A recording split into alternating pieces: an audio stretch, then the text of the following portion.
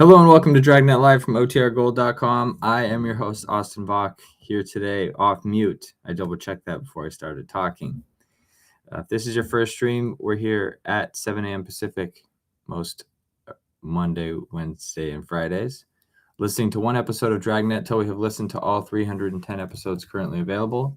Today, we're listening to episode 298. The title is The Big Momma. And in today's episode, we're Detective Sergeant assigned to bunko fugitive detail. The secretary tells you her employer has suddenly left town. He says he's taken all the company records with him. Good job. Check it out. So I get these little blurbs from the transcript. Like, I don't listen to it ahead of time. So it says the secretary tells you her employer has suddenly left town. He says he's taken all the company records. So I'm actually curious to know if it's he or she in this one, because did he leave and then inform them that he left, or did the transcription not get it? So heads up, be listening for that. I was about to wear my Argentina jersey today. I thought they played tonight at 7, but it's tomorrow at 7. So at least I need to confirm that. I also forgot to wear Team USA colors yesterday, but it was kind of, they ended up losing 3-2, but it's okay because we're going through the second round anyway. So it's kind of a wash, and they didn't play their best players or their typical starters until later in the game. But congrats to Turkey for getting some goals. Anyway, is anybody else watching the World Cup? It's just me. If you are, let me know in the comments, por favor. Chris, welcome. Thank you for being here. Okay, I'm going to go now and... Oh, it's also Friday, so why don't you tell me what you got going on this weekend? What do I have going on? I'm watching there's a watch party. So as many of you know, I'm LDS, and they Latter-day Saints, what that stands for. Remember the Church of Jesus Christ, and they have the Tabernacle Choir, and they're doing like a concert celebrating their 100th anniversary or something. So I'm watching that this evening. Hopefully I don't get rained out. It's outside. And then I don't know, making some milkshakes and stuff this weekend, just the typical things. Rollerblading as much as I could. Life with Roscoe, welcome. Okay. I also should read what's happening in May of 2025. Give me 1 second. Not 2025, of 1955, because that's this one. Today's episode was originally aired May 3rd. So we're in a new month. Let me tell you real quick before we dive in what we're doing, or what was happening in May 1955.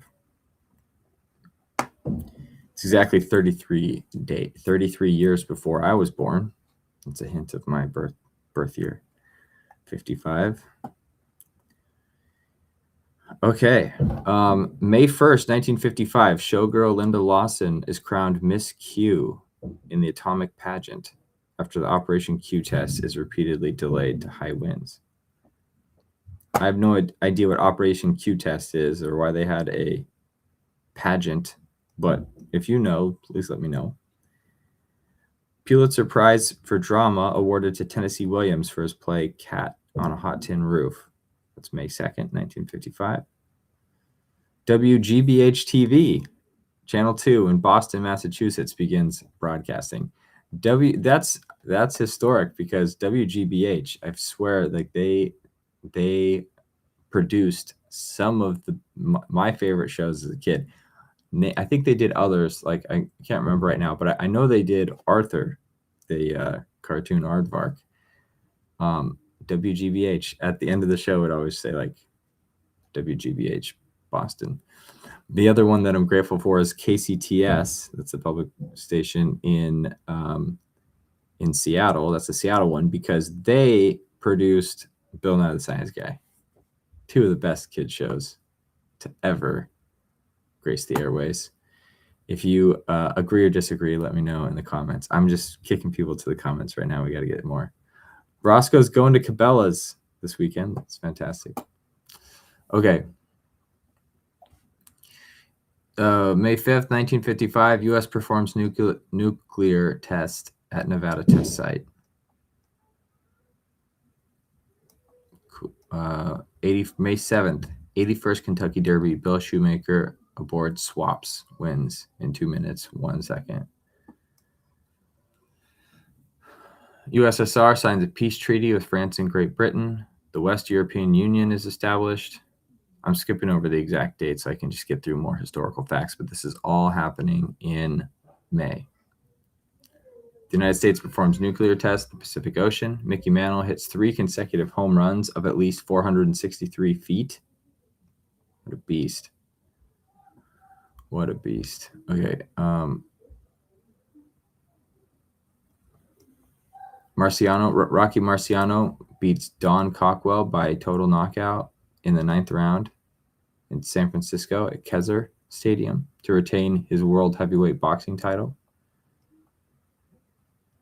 Rocky Marciano lightly inspiring Sylvester Stallone to use that name, Rocky. I added that one. Conservatives, led by Anthony Eden, win the British parliamentary election. May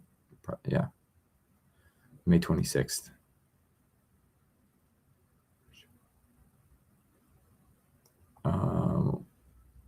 More horse racing.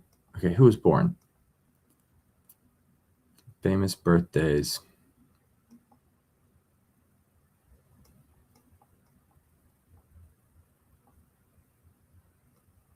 I'm looking for some. Tom Bergeron, American game show host of America's Funniest Home Videos, post Bob Saget, and former host of Dancing with the Stars. I don't know if he's still doing that. He was born May 6th. Kermit the Frog. Whoa.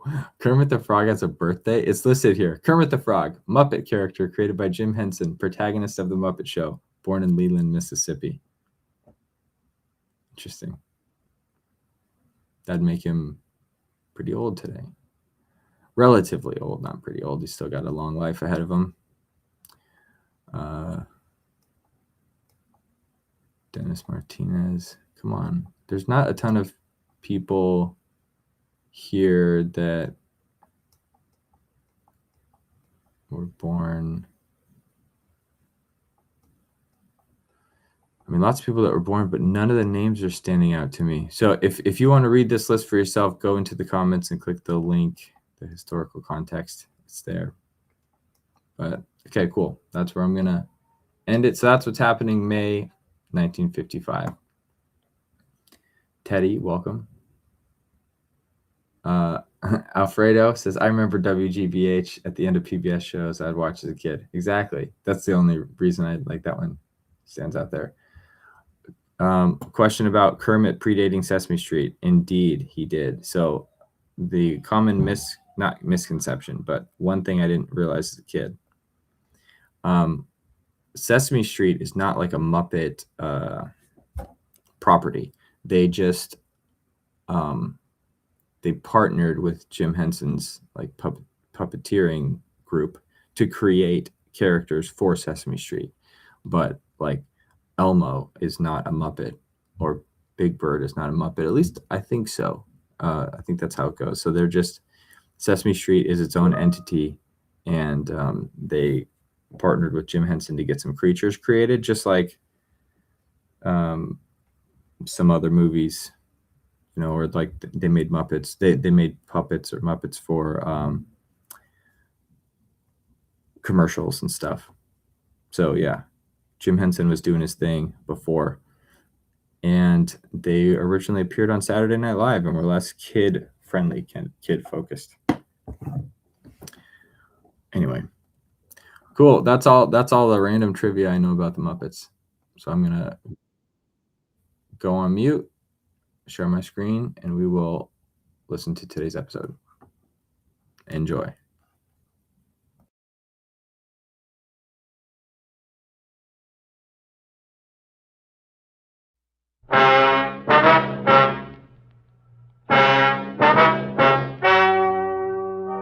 Ladies and gentlemen, the story you're about to hear is true. The names have been changed to protect the innocent.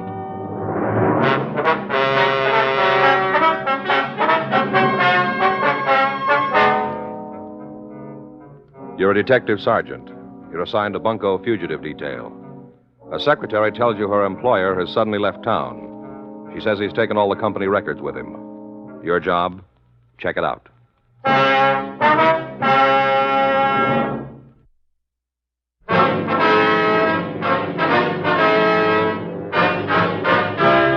Dragnet, the documented drama of an actual crime.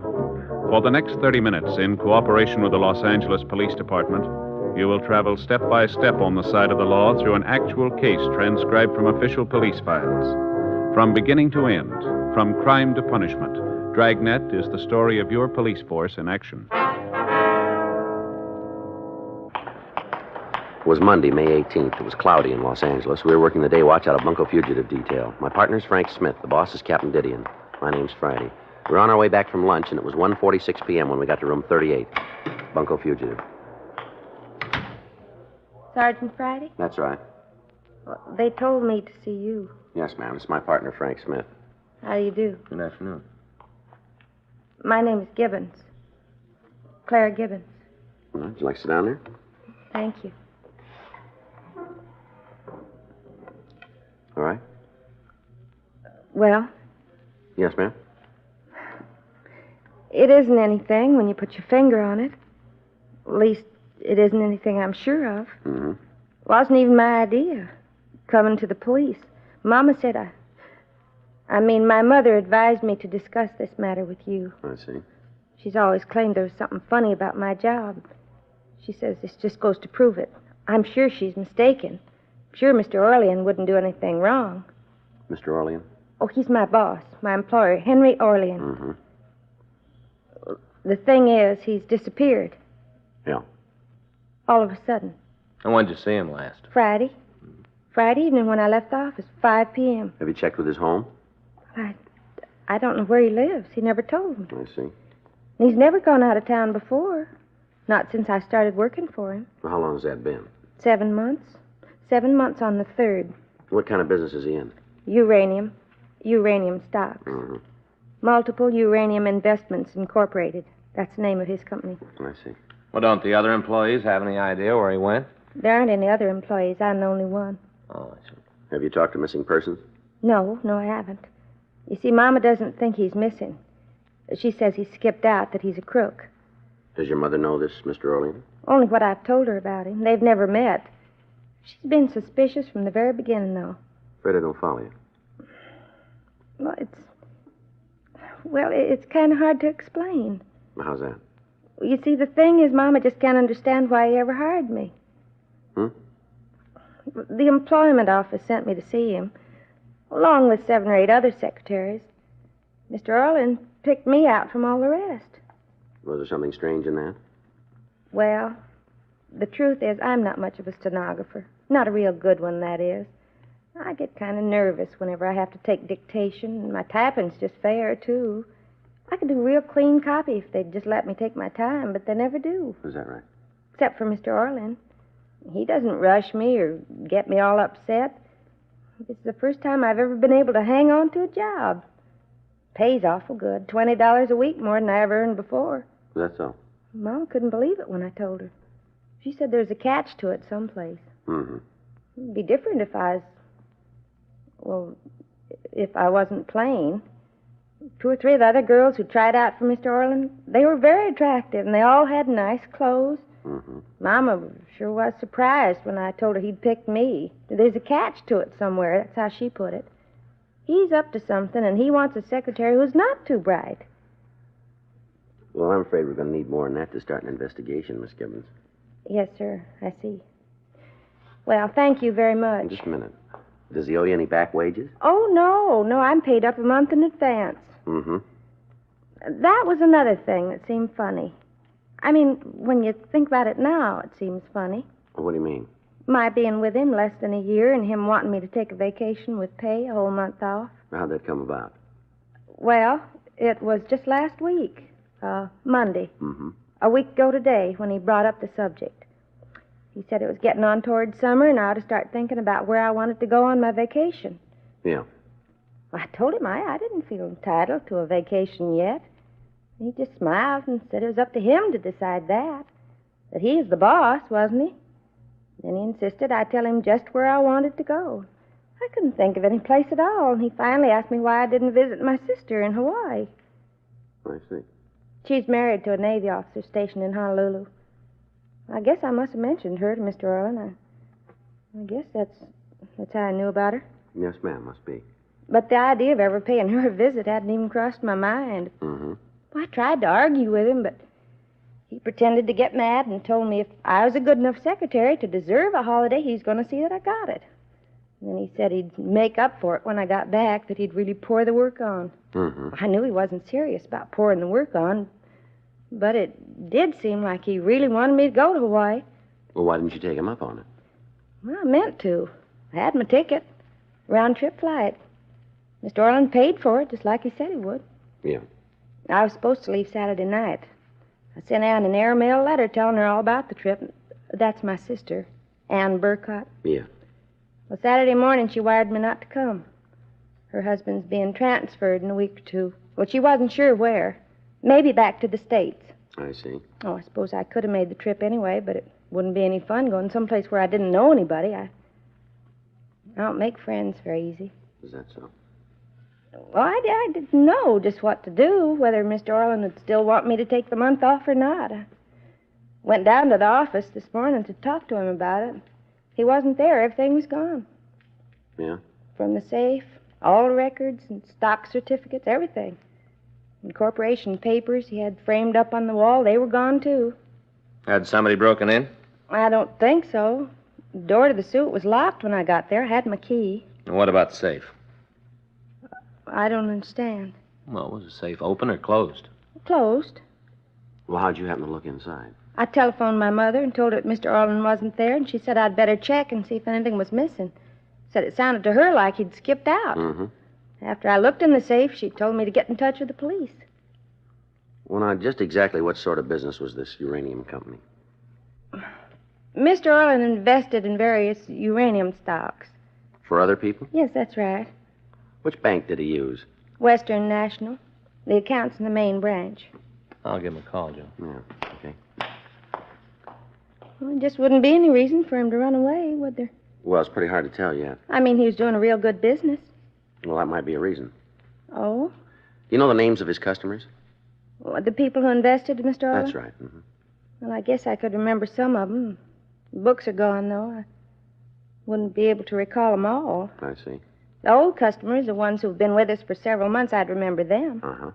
Was the business new when you started to work with it? Yes, sir, brand new. Did you find out anything? Yeah. Orlean closed out the multiple uranium bank account last Friday evening, a little before 6. 6? Yeah. Banks stay open late on Fridays, Oh, Joe. yeah, I forgot. How much did he withdraw? Just under 100,000. It's a lot of money. Yeah. I guess Mama was right about him. It's starting to look that way. I should have known. From the beginning, I should have known. What? She's always right.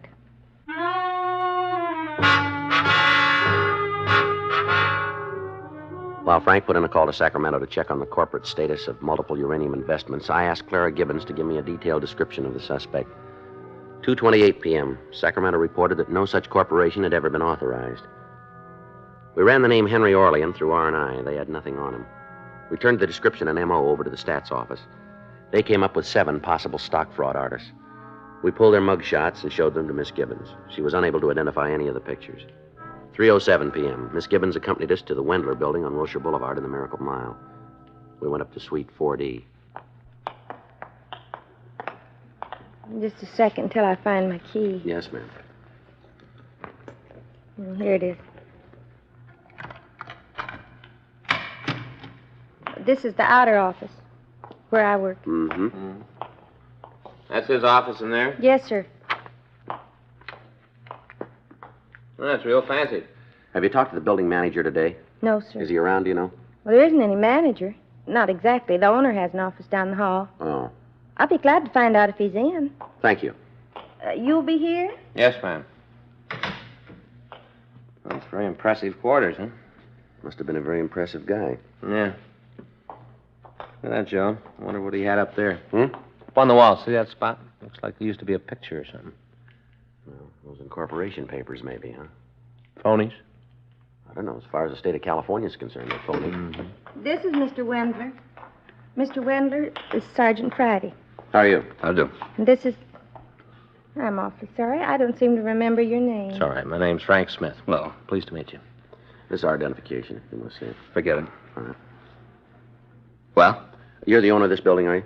Well, it's the Wendler building. I'm Ted Wendler. Yes, sir. Draw your own conclusions. Yeah. Do you have any objections to answering a few questions, Wendler? No? All right. Will you answer them for us, please? I thought I was. Yes, sir. I asked you one before. Do you own this building? Outright. That isn't important. Well, it's important to me. It's important to the mortgage company. Is it in your name? Yes, it's in my name. All right, fine. And what about the man who rented this suite? Orlean? Yes, sir. Well, what about him? Do you know he left town? Well, she just told me. Did you know about it before? No. What can you tell us about him? He was a broker or something. Uranium stocks, I guess. So we got that much. That's all you know about him, huh? Yeah? How long has he rented from you?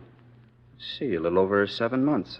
Be 8 on the 3rd. Did he mention anything about where he had offices before? No, he said he was from back east. Any particular place? No. Why, what's he done? We'd like to talk to him, that's all. Well, maybe he'll come back. Uh-huh. Well, if he doesn't, it's all the same to me. What? I made him pay his rent in advance whole first year. That's your usual practice? No, only with fellas in the stock market. You see, I remember 1929. Yeah. You never know what's going to happen, not with fellas in the market. Mhm. You see, I remember 29. Yeah. If Orlean stays away, I'm way ahead of him. Rent's paid up. Mhm. I'm nearly 5 months ahead of him. Yes, sir. I wish we were.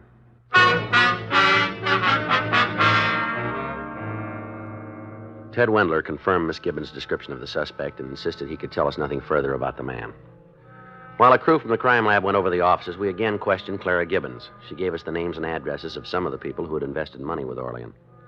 4:48 p.m., the crime lab reported that they'd been unable to discover any useful fingerprints in the suite. The only physical evidence they had uncovered was a copy of a prospectus which purported to list various securities owned by multiple uranium investments. It had fallen behind a filing cabinet. The next day, May 19th, Frank and I checked with several of the uranium companies listed on the prospectus. They all informed us that none of their stock had ever been purchased by Multiple Uranium Incorporated or Henry Orlean. 3:13 p.m., Frank and I drove out to interview one of the victims. Would you like to sit down? Thank you. Miss Custis, do you know a man named Henry Orlean? Yes. Yes, I know him. Why? Did you ever invest any money with him? $5,000. Nothing's happened to Mr. Orlean. We aren't sure yet. How'd you happen to give him the money? Well, it was some insurance my husband left me. Yes, ma'am. I'd kept it in savings, didn't bring in much interest. When I heard about Mr. Orlean's company... Where'd you hear about it? Do you remember? At the hospital. Ma'am? St. Agnes Children's Hospital. Oh? I spend a day a week there helping out in the charity ward. I see. I'm on some of the committees, too, you know, fundraising, things like that. Yes, ma'am. Oh, I'm not one of the big people behind the work, but somebody has to get out and dig for the little donations, too. Yes, ma'am, they do. And I have quite a bit of free time now. Do you remember who it was that first mentioned Mr. Orlean to you? I think it was Mrs. Lorrington. Lorrington? Yes, Mrs. Arthur Lorrington. You must have heard of her. She does so much charity work around town. She's very prominent socially. Yes, ma'am. Just what did she say about Mr. Orlean's company? Well, she wasn't talking to me exactly. One afternoon, when she was showing some people the plans for the new clinic, Mm-hmm. I guess she was asking them for some contributions. That's how it sounded. And one of the ladies said it all depended on how well her husband's stocks did during the next quarter. I see. And Mrs. Lorrington laughed and told her husband ought to be in multiple uranium, that he wouldn't have anything to worry about. Go on. Well, that was all I heard. They went on to the next room. Afterwards, I got to thinking, if this uranium stock was good enough for Mrs. Lorrington, maybe I ought to check into it.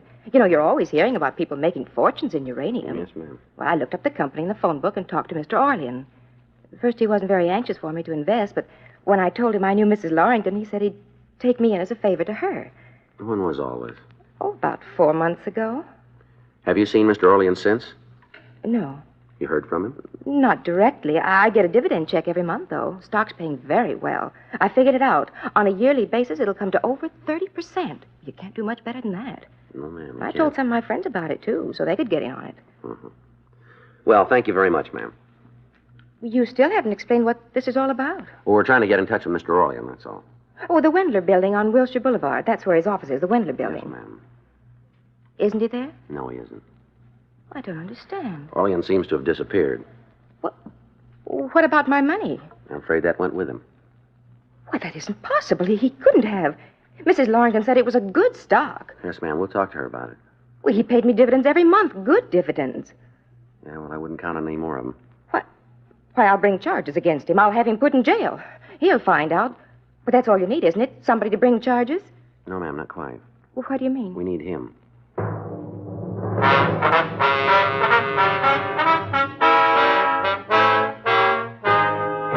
Frank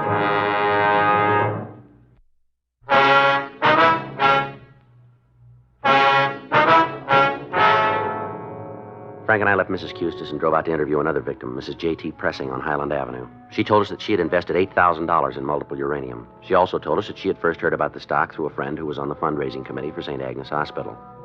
We interviewed 3 more victims. All of them were in some way associated with the hospital or were acquainted with Mrs. Arthur Lorrington. 8:45 p.m., we drove up to the Lorrington estate in Bel Air. A maid showed us into the library and said that Mrs. Lorrington would see us in a few minutes. Hey, Joe. Yeah. That's her. Hmm? Up there on the wall, that painting, that's Mrs. Lorrington. Yeah. Saw it in the Sunday paper once. Society page. Mm-hmm. Real honest to gosh artist did it. You don't say. Mm-hmm. Probably flatters her a lot. Maybe. Oh, it's bound to. What makes you think so? Well, it stands to reason, Joe. If all a person wants is a good likeness, a photographer ought to do the trick.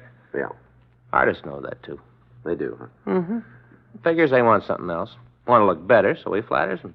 Oh, I see. That's the way it works. Are you gentlemen waiting for me? Ms. Lorrington? That's right. We're police officers. This is Frank Smith. My name's Friday. Well, I'm sure it's my husband you want to talk to. Unfortunately, he's in San Francisco on a business trip. No, ma'am. We'd like to talk to you if you don't mind. Do you know a man named Henry Orlean? Orlean? That's it, yeah. The name sounds familiar, but I meet so many people, it's hard to be certain. Have you ever heard of a stock called Multiple Uranium Incorporated? Oh, yes, of course. Well, I didn't associate the two for a moment. That's Mr. Orlean's company, isn't it? Yes, ma'am. Do you have any money invested in that stock? No, not me personally, but I can vouch for the company if that's what you want to know. Mm-hmm. You see, I'm on the fundraising committee for St. Agnes Hospital. As a matter of fact, I'm the chairman. Yes, ma'am, we know. And we do own some of Mr. Orlean's stock. The hospital, that is. But tell us, how'd you happen to buy it? Oh, we didn't. It was a donation. Would you mind telling us from who? Oh, no, not a bit. Mr. Orlean himself.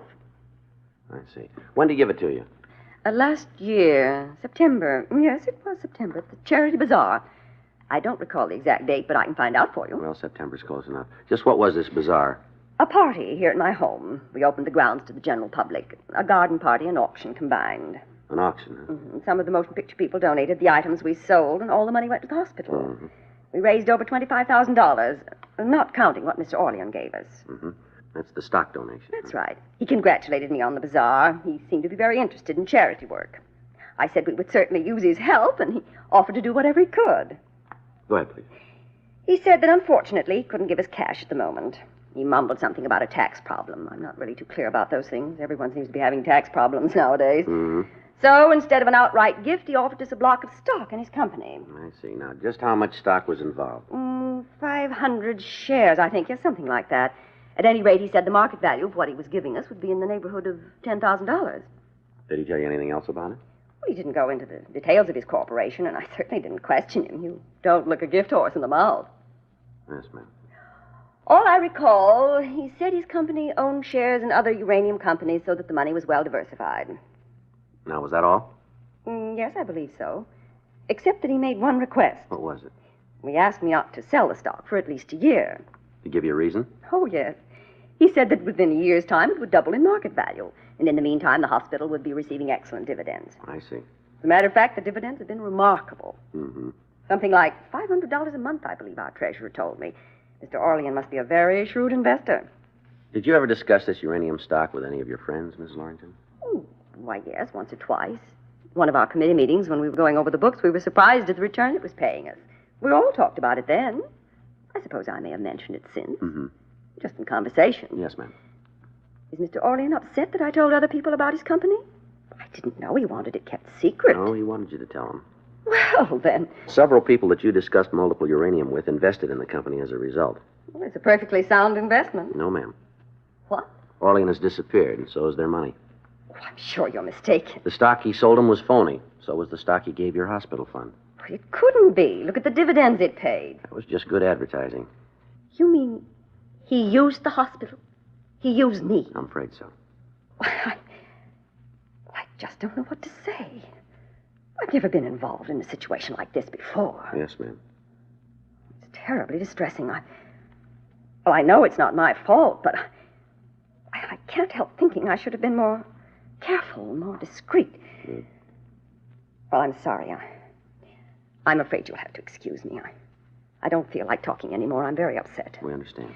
Anita will show you out. We'll find a way. Let's go. Oh. I was just looking at that painting up there again. You know, I was right, Joe. Flatters her.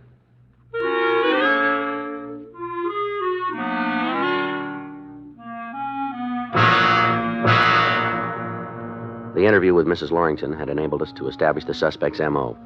Additional bulletins were sent out alerting all police departments, charity organizations, and fundraising committees. During the rest of the week, we interviewed other victims of the stock swindle. None of them could furnish any additional information about the whereabouts of the man who called himself Henry Orlean. 3 weeks later, on June 9th, we received a report from the Chicago Police Department. They informed us that a man answering Orlean's description had worked an oil stock swindle in that city during the previous year. He had then used the name of Roger Norgett. They also told us that this Norgett was suspected of an earlier stock swindle in Kansas City. Neither the Chicago nor Kansas City police had a positive identification of the suspect, but in both cities, the M.O. had been the same. The suspect had donated a block of phony stock to a charitable organization, had paid very high dividends on the donated shares, and then had been able to acquire investments from private persons. Wednesday, June 11th, 3:17 p.m. Frank and I were in the office. Sergeant Friday? Yes, ma'am. You remember me? Clara Gibbons. I used to work for Yes, Mr. ma'am. Orlean. How are you? What can we do for you? Mama just found him. Mama just found him, Mr. Orlean. Where? Over on Hill Street. She was just walking along and she saw him. Is she sure it's him? Positive. Please hurry. Just a minute, Miss Gibbons. Yeah, what is it? Didn't you tell us your mother had never seen this man? Well, she's seen him now. He was walking down Hill Well, how Street. does she know it's him if she never saw him before? I told her what he looked like dozens of times, all about him. I see. For heaven's sake, you don't have to see a person to know what he looks like. Mama would recognize Mr. Orlean anywhere. She said so half a dozen times. She can describe him better than I can. Oh. My mother's very intelligent, Sergeant. She's not like me. Now, please don't stand here and argue about it or he'll get away. Well, just where is he? The Norbridge Hotel, corner of Hill and I Haldane. thought your mother saw him on the street. Well, she followed him into the hotel. She didn't want to lose him. He went upstairs and she telephoned me from the lobby. She said she'd wait there to make sure he didn't leave. Oh, I see. She told me to bring you as soon as I could. It's nearly half an hour since she called me. We haven't got much time. All right, Miss Gibbons. All right, we'll check on it right away. You're going to arrest him, aren't you? If it's the right man. Well, of course it's the right man. Excuse me a minute. Do you have to answer it now? Bunko fugitive Friday. Yeah, that's right. I see. Fine. Okay. We'll forward our warrant to you. Will you send us a notification by telegram? Thank you. We sure are. Many thanks. Salt Lake City Police Department. Yeah? Picked up Orlean this morning. Tabbed him from our circular. They sure it's him? Gave him a full confession. Admitted the KC and Chicago deals, too. But it couldn't be Mr. Orlean. He's at the Norbridge Hotel. Well, Miss Gibbons, I'm afraid your mother was mistaken. I've never known Mama to make a mistake. Well, we all make them. Well, she's waiting for us at the hotel. What'll I tell her? Well, let's see. I guess there's only one thing. What's that? Tell her not to wait.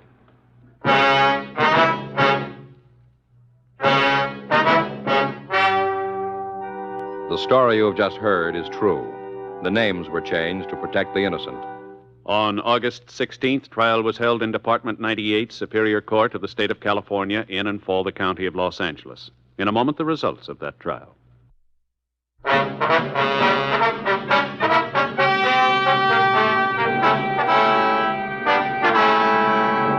Francis Caxton Wheatley, alias Henry Orlean, alias Roger Norgett, was tried and convicted of grand theft, 7 counts, and received sentence as prescribed by law. Grand theft is punishable by imprisonment in the county jail for no more than 1 year, or in the state prison for not less than 1 or more than 10 years. Holds were placed on the suspect by the states of Illinois and Missouri at the termination of his sentence in San Quentin.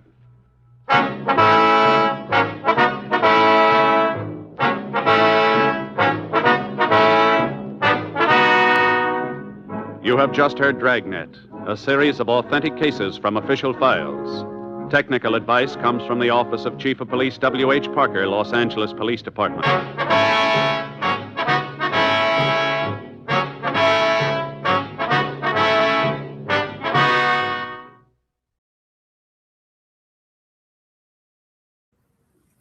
Alrighty, I hope you guys enjoyed that episode. That was fun. No one was killed. I mean, the last one was pretty heavy, so this one is relatively light, and the guy was caught, so that's good. Hopefully that inoculated the other people to their maybe more risky things. Everyone knows my story, or most people know my story for getting suckered.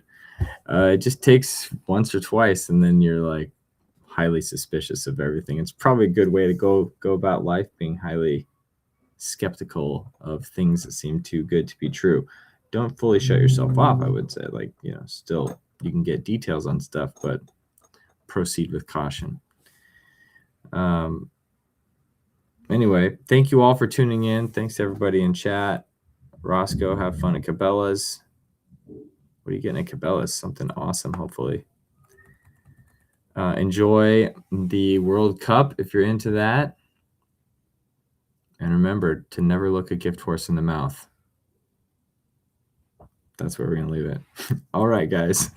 Until Monday, be safe, be good, be happy. Ciao.